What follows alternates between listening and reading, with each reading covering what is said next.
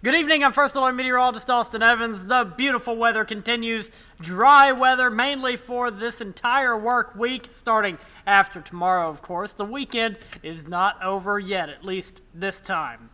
Not going to be as lucky next weekend. But the temperature trend over the next 7 days, bouncing between the upper 80s and low 90s. Not going to be all that bad in terms of humidity. You're going to feel it. It's not going to be all that comfortable, but it's not going to be all that oppressive either. We'll be dealing with highs in the low 90s.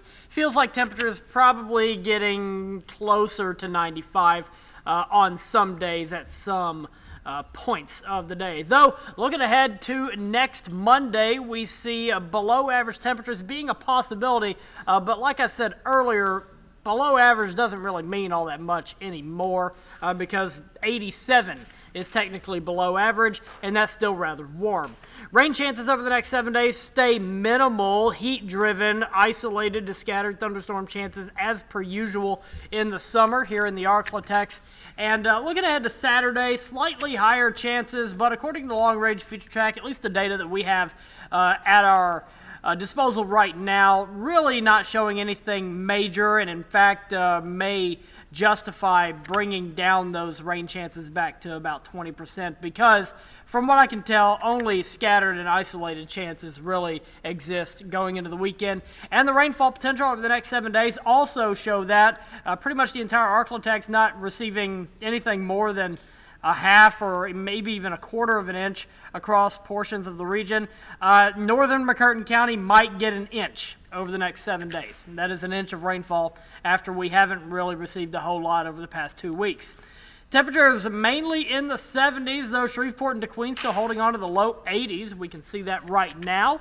It is a nice evening. High of 89, low of 60 goes into the record books today.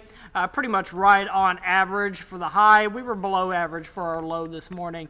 Obviously no rain today, and month to date is pretty low. I'll have to compare that to our typical month of May statistics.